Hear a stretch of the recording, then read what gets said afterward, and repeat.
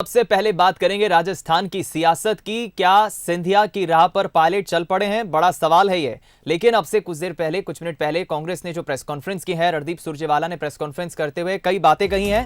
प्रमुख बातें आपको सुरजेवाला की बता दें।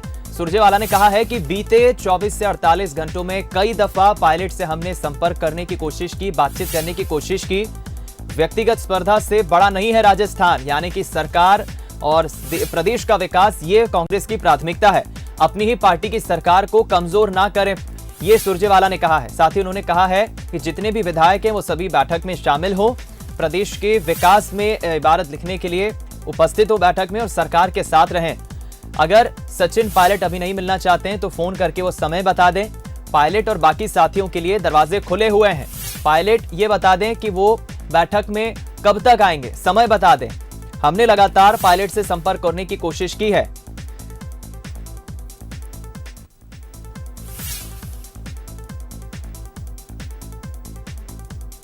और वहीं देखिए, रणदीप सुरजेवाला यही नहीं रुके, उन्होंने बीजेपी पर भी हमला बोला है। रणदीप सुरजेवाला ने यह तो कहा ही है कि राजस्थान व्यक्तिगत स्पर्धा से बड़ा नहीं है। साथ ही साथ उन्होंने बीजेपी पर भी तंज कसा है कि बीजेपी की जो कोशिश है खरीद फरोख्त की, वो राजस्थान में सफल नहीं होगी। बीजेपी पर हमला बोलते हुए रणदीप सुरजेवाला ने कहा है कि बीजेपी के 3 अग्रिम विभाग हैं। बीजेपी के 3 अग्रिम विभाग हैं, ईडी, सीबीआई सहित बीजेपी के 3 विभाग हैं।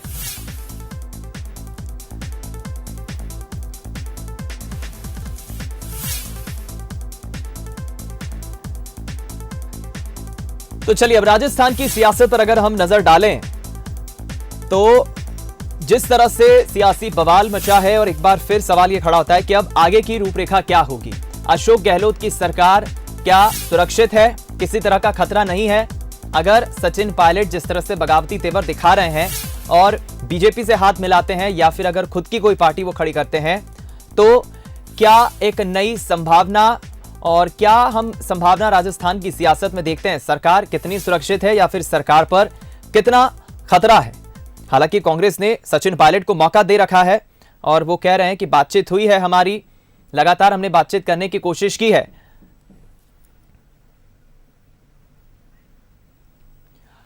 चलिए, फिलहाल इसी खबर पर ज्यादा बातचीत के लिए हम रुक करेंगे। देवश्री माली साहब हमारे साथ, वरिष्ठ पत्रकार जो हैं, ग्वालियर से इस वक्त सीधा लाइव जुड़ गए हैं, जो कि मध्य प्रदेश की राजनीति में तो काफी नजर रखते ही हैं, लेकिन हम इसी पर उनसे प्रतिक्रिया भी लेंगे। माली साहब, बहुत बहुत स्वागत है आपका बंसल न्यूज पर। और सबसे पहले तो माली साहब, हम यही कहेंगे कि जो अटकलें लगाई जा रही है कि क्या सचिन पायलट अब सिंधिया की राह पर चल पड़े हैं? क्या नाराजगी के कारण आप देखते हैं सचिन पायलट के जो वो इतने मुखर हो गए हैं, बगावती तेवर दिखा रहे हैं, और अगर वो कांग्रेस को छोड़ के बीजेपी में जाते हैं या खुद की पार्टी खड़ी करते हैं, तो कौन सी आप संभावनाएं राजस्थान में देखते हैं आप भविष्य में?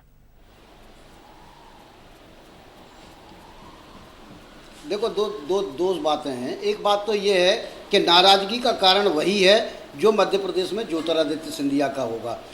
क्योंकि आपको पता है कि पहले जब मध्य प्रदेश में विधानसभा के चुनाव थे, राजस्थान में भी उसी समय चुनाव थे, और एक कोऑर्डिनेशन बनाया गया था। दोनों लोगों को प्रदेश के चुनाव की कमान सौंपी गई थी, और इस तरह का एक कांग्रेस की तरफ से भ्रमजाल रचा गया था कि ये मुख्यमंत्री हो सकते हैं, लेकिन वो नहीं हुए। मध्य प्रदेश में भी ज्योतिरादित्य सिंधिया को मुख्यमंत्री बनाने का ऑफर कांग्रेस ने दिया था, उन्होंने स्वीकार नहीं किया, लेकिन सचिन पायलट ने वह स्वीकार कर लिया। लेकिन जो मुख्यमंत्री और उनके बीच में लगातार दूरियां बढ़ती चली गई। ये एज फैक्टर की दूरियां भी हो सकती हैं, और कुछ जैसा कहा जाता है कि वो अपने बेटे को मुख्यमंत्री प्रमोट करने में लगे हैं, उसके कारण इनको डिच कर रहे हैं। ये जो यूथ होता है उसका अपनी महत्वाकांक्षाएं भी होती हैं, जगह तक पहुंचने के लिए उनकी इच्छाएं भी होती हैं। तो ये किसी भी पार्टी के हाईकमान का काम होता है कि वो उन दोनों के बीच में संतुलन बिठाए, और ये काम ना मध्य प्रदेश में कांग्रेस हाईकमान ने किया और ना राजस्थान में हाईकमान ने किया, जिसका नतीजा हम सब देख रहे हैं। ताज़ा घटनाक्रम तो आप यही देखेंगे कि परसों वहाँ की एक सीवीसी ने बाकायदा एक उप मुख्यमंत्री रहते हुए उनको नोटिस जारी कर दिया कि आप बयान देने आइए। तो ये तरह की घटनाएं हैं जो बताती हैं कि इनमें आपस में संवाद समाप्त हो गया, ठीक है, हो गया है, और एक दूसरे की बात करने की ये एसओजी का जो मसला गरमाया, उसके बाद हम माली साहब मान सकते हैं कि कहीं ना कहीं तलखी बढ़ गई है। जो टकराव की स्थिति अशोक गहलोत और सचिन पायलट के बीच वो शायद और बढ़ गई है। लेकिन हम साफ शब्दों में अगर यह समझने की कोशिश करें या हम कहें कि क्या सचिन पायलट मुख्यमंत्री बनना चाहते हैं या मुख्यमंत्री नहीं बने, इस बात का उन्हें दुख है, मलाल है, क्योंकि 6.5 साल से वो प्रदेश अध्यक्ष हैं, डिप्यूटी सीएम हैं। ऐसी कोई पद की उनके पास ऐसी नहीं है कि उनकी उपेक्षा हुई हो। उसके बावजूद इस तरह से तेवर दिखाना, तो ये क्या कहीं ना कहीं बार्गेनिंग की कोशिश भी हो सकती है कि वो बार्गेनिंग कर रहे हैं, डर दिखा रहे हैं पार्टी को? नहीं, बिल्कुल दीपक, देखो दोनों बातें हैं कि चाहे ज्योतिरादित्य सिंधिया हो और चाहे सचिन पायलट हो, दोनों मुख्यमंत्री बनना चाहते थे। दोनों ने अपने अपने क्षेत्रों में इस तरह से प्रचार ही किया था कि वही मुख्यमंत्री बनेंगे, लेकिन वो संभव नहीं हो पाता राजनीतिक कारणों से, क्योंकि कई लोग होते हैं उनमें से एक को मुख्यमंत्री बनना होता है। लेकिन सचिन पायलट ने उप मुख्यमंत्री पद का भी वो स्वीकार कर लिया। कांग्रेस ने उन्हें कांग्रेस अध्यक्ष भी बना के रखा। लेकिन जो मुझे लगता है सबसे बड़ी बात यह है कि जो पार्टी हाईकमान है या पार्टी के जो प्रभारी लोग हैं, वो लोग मुख्यमंत्री और उनके बीच में आपस में जो कोऑर्डिनेशन होना चाहिए, समन्वय होना चाहिए, जो आपसी भाईचारा होना चाहिए, वो कायम कराने में असफल रहे। नतीजा ये निकला कि दूरियां बढ़ती चली गई। फिर उसमें छोटी छोटी घटनाएं होती रही, स्थानीय स्तर की तबादलों को लेकर घटनाएं हुई, एसओजी वाला मैटर हुआ, तो इन सारी घटनाओं ने उसको अलग कर दिया। निश्चित तौर पर मुख्यमंत्री बनना ही पायलट की महत्वाकांक्षा थी और महत्वाकांक्षा है। अभी कैसे बनेंगे ये नहीं कहा जा सकता। अब कांग्रेस का जी माली साहब, अभी आपने रणदीप सुरजेवाला की प्रेस कॉन्फ्रेंस भी सुनी और वो साफ शब्दों में कहीं ना कहीं कह सकते हैं कि अभी भी कांग्रेस न्यूट्रल है। वहां खबर ये मिल रही है कि वहां पर जो बैनर पोस्टर लगे हुए थे सचिन पायलट की जो तस्वीर कांग्रेस भवन में लगी थी, उसे हटा दिया गया है। और ये भी रणदीप सुरजेवाला कह रहे हैं कि हमने 48 घंटे में कई मर्तबा उनसे संपर्क करने की कोशिश की, लेकिन कोई संपर्क नहीं हुआ।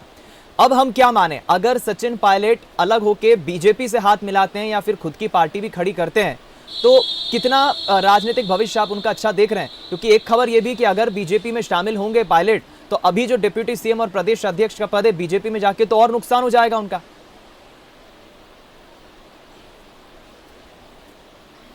देखिए, कभी कभी गुस्से में आदमी बहुत खतरनाक निर्णय लेता है। मुख्यमंत्री न बनने के कारण ज्योतिरादित्य भी गए, लेकिन मध्य प्रदेश में मुख्यमंत्री तो नहीं बने। बिल्कुल। और भी ऐसे कई उदाहरण हैं, जैसे कि बीरेन्द्र सिंह जी हरियाणा में गए थे, वहां भी हरियाणा के मुख्यमंत्री नहीं बने।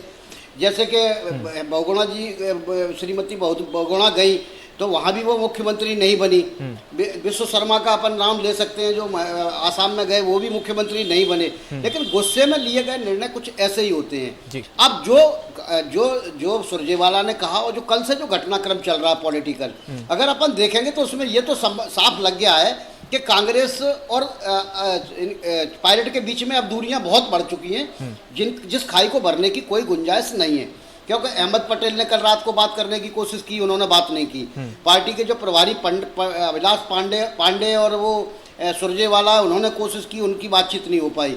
और ये नहीं हो पाएगी, ये कम से कम हम लोगों को तभी लग गया था जब वो ज्योतिरादित्य सिंधिया से मिलने गए और 40 मिनट उनकी बातचीत हुई। बिल्कुल। आपको याद होगा कि जिस दिन ज्योतिरादित्य सिंधिया का ड्रामा चल रहा था कि वो छोड़ सकते हैं पार्टी, उस दिन भी एक बात आई थी कि पायलट भी उनसे मिलने गए। ज्योतिरादित्य सिंधिया से पायलट की भेंट हुई। ये एक आपने महत्वपूर्ण बात माली साहब कही है, पायलट और उसी दिन चले जाएं, लेकिन ऐसा हो नहीं पाया। इस मसले पे मैं लौटूंगा, ये एक बहुत महत्वपूर्ण सिरा आपने मुझे चर्चा का दिया है, मैं लौटूंगा इस विषय पे। लेकिन पहले हम वो प्रतिक्रिया सुना देते हैं। जब यहाँ छत्तीसगढ़ प्रदेश प्रभारी जो है पीएल पुनिया, उनसे इस मसले पर जब सवाल पूछा गया तो उन्होंने पायलट को लेकर क्या कहा, सुनाते हैं आपको।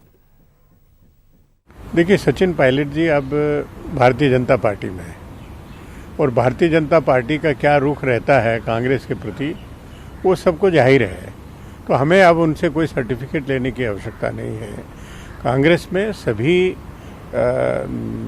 नेताओं का, कार्यकर्ताओं का प्रॉपर सम्मान होता है, उसकी सुनिश्चित किया जाता है। तो मैंने ये बयान सिंधिया जी के बारे में बोला था, और अगर गलती से सचिन पायलट उसमें बोला गया हो तो ये तो आपको स्वयं सवाल पूछने वाले हैं। तो आपको देखना चाहिए था कि ये गलती से अगर स्लिप हुआ है तो उसको अनावश्यक रूप से प्रसारित नहीं करना चाहिए था। हमने स्पष्ट रूप से कहा कि ये सवाल सिंधिया जी के संदर्भ में पूछा गया था, और सिंधिया जी के संदर्भ में मैंने कहा था कि वो बीजेपी में है। सचिन पायलट का सवाल ही नहीं, वो स्पष्ट रूप से खुद कह चुके हैं, स्वयं कह चुके हैं कि मैं भाजपा जाने वाला नहीं हूं। इससे स्पष्ट और क्या हो सकता है। चलिए, तो आपने सुना पीएल पुनिया, जिन्होंने एक बहुत इस पूरे मसले पर जो प्रतिक्रिया दी है। हालांकि उनकी दो प्रतिक्रिया अलग अलग आई है जो असमंजस में डालती है। पहले वो कहते हैं कि पायलट अब बीजेपी के हो गए, लेकिन बाद में वो सफाई देते हैं कि ये मैंने सिंधिया के संदर्भ में कहा था, मेरे से जो है पायलट जो है निकल गया। फिलहाल इस पूरे मसले पर हम चर्चा तो कर रहे हैं, और एक बहुत छोटी सी प्रतिक्रिया में एक बार फिर माली साहब की जरूर इस मसले पर लेना चाहूंगा। माली साहब, आपने सिंधिया के बारे में जो जिक्र किया, अब खबर यह भी है कि कल भी सिंधिया से पायलट की मुलाकात हुई थी, आज भी हुई है, और राजनीतिक गलियारों में अब चर्चा यह है कि पायलट को बीजेपी में लाने का जो जिम्मा है वो सिंधिया को सौंपा गया है कि इन्हें आप बीजेपी में ले आइए ताकि सरकार तो गिर जाए, उसके बाद जो भी राजनीतिक भविष्य होगा राजस्थान में वो देखा जाएगा। बिल्कुल बिल्कुल, ये बात आज से नहीं पहले से ही चल रही थी कि सिंधिया को जो मध्य प्रदेश कांग्रेस में, मध्य प्रदेश बीजेपी में जो भाव दिया जा रहा है, जिस तरह मंत्रिमंडल में उनका दखल किया गया, बीजेपी का इस तरह का ट्रेंड रहता नहीं है, लेकिन उसने इनको हाइट देने की जो प्रयास चल रहा है उसके पीछे छत्तीसगढ़ और राजस्थान की सरकार ही है, ताकि उन लोगों को जो भरोसा दिलाया जा सके जो लोग आने वाले हैं कि नहीं, ऐसा नहीं है। पहले बीजेपी दूसरी तरह की रहा करती थी, जो मिला के खत्म कर देती थी, आपको तवज्जो नहीं देती थी। अब यूज एंड थ्रो नहीं होगा, पूरा जिसका जितना स्थान है, जितना जिसका सम्मान है, उस स्थान तक, उस सम्मान तक उसको पहुंचाएंगे। तो मुझे लगता है कि यही चल रहा है। मैंने आपको बताया कि उस समय भी ये चर्चा चली थी कि ज्योतिरादित्य सिंधिया से मिलने सचिन पायलट गए। कब? जब जिस दिन ज्योतिरादित्य सिंधिया कांग्रेस बीजेपी जाने वाले थे। हालांकि बाद में ये नहीं आया, फिर ये भी आया कि ज्योतिरादित्य सिंधिया को मनाने गए थे सचिन पायलट। बिल्कुल। लेकिन ये बात खबरों में फिर दब गई, क्योंकि घटनाक्रम इतनी तेजी से बदल रहे थे। बिल्कुल। फिर कल जब ज्योतिरादित्य सिंधिया से बोले, ज्योतिरादित्य सिंधिया भारतीय जनता पार्टी के सांसद हैं। ज्योतिरादित्य सिंधिया मध्य प्रदेश में कांग्रेस की सरकार को गिरा के भारतीय जनता पार्टी में शामिल हुए हैं। ज्योतिरादित्य सिंधिया के तमाम सारे लोग कल मंत्री बने हैं। ऐसी स्थिति में अगर कोई कांग्रेस का नेता, और घटनाक्रम जब राजस्थान में ऐसा चल रहा हो, और अगर वो मिलना जाता ही नहीं है, गोपनीय ढंग से मिलने नहीं जाता, उसकी खबर मीडिया को भी होती है, मतलब जिसके बारे में खुद पायलट को भी पता है कि इसके असर क्या होंगे। बिल्कुल। तो इसका मतलब ये है कि नहीं, केवल खिचड़ी नहीं पकड़ी, रास्ते साफ हो चुके हैं। जी, चलिए, मुझे माली साहब वो दौर भी याद आता है जब सिंधिया बीजेपी में शामिल नहीं हुए थे 4 महीने पहले, और ये एक तरफ राहुल गांधी, सचिन पायलट और ज्योतिरादित्य सिंधिया, 3 युवा कांग्रेस के नेता, और इनकी टिकड़ी कही जाती थी। बीजेपी में आ गए सिंधिया साहब तो दुग्गी हो गई, और अब पायलट इधर आ गए। अगर आ जाते हैं बीजेपी में तो क्या राहुल गांधी अलग थलग पड़ जाएंगे? बड़ा सवाल ये भी है। बहरहाल बहुत बहुत धन्यवाद आपका माली साहब, आपने समय दिया, हमसे बातचीत करी। और फिलहाल इस पूरे मसले पर, राजस्थान की सियासी उठापटक पर एक बात तो साफ है कि अब आगे ऊंट किस करवट बैठता है, अशोक गहलोत सरकार आगे कितनी मजबूती से अपनी सरकार राजस्थान में चला पाती है। मसले कई हैं, सवाल कई हैं।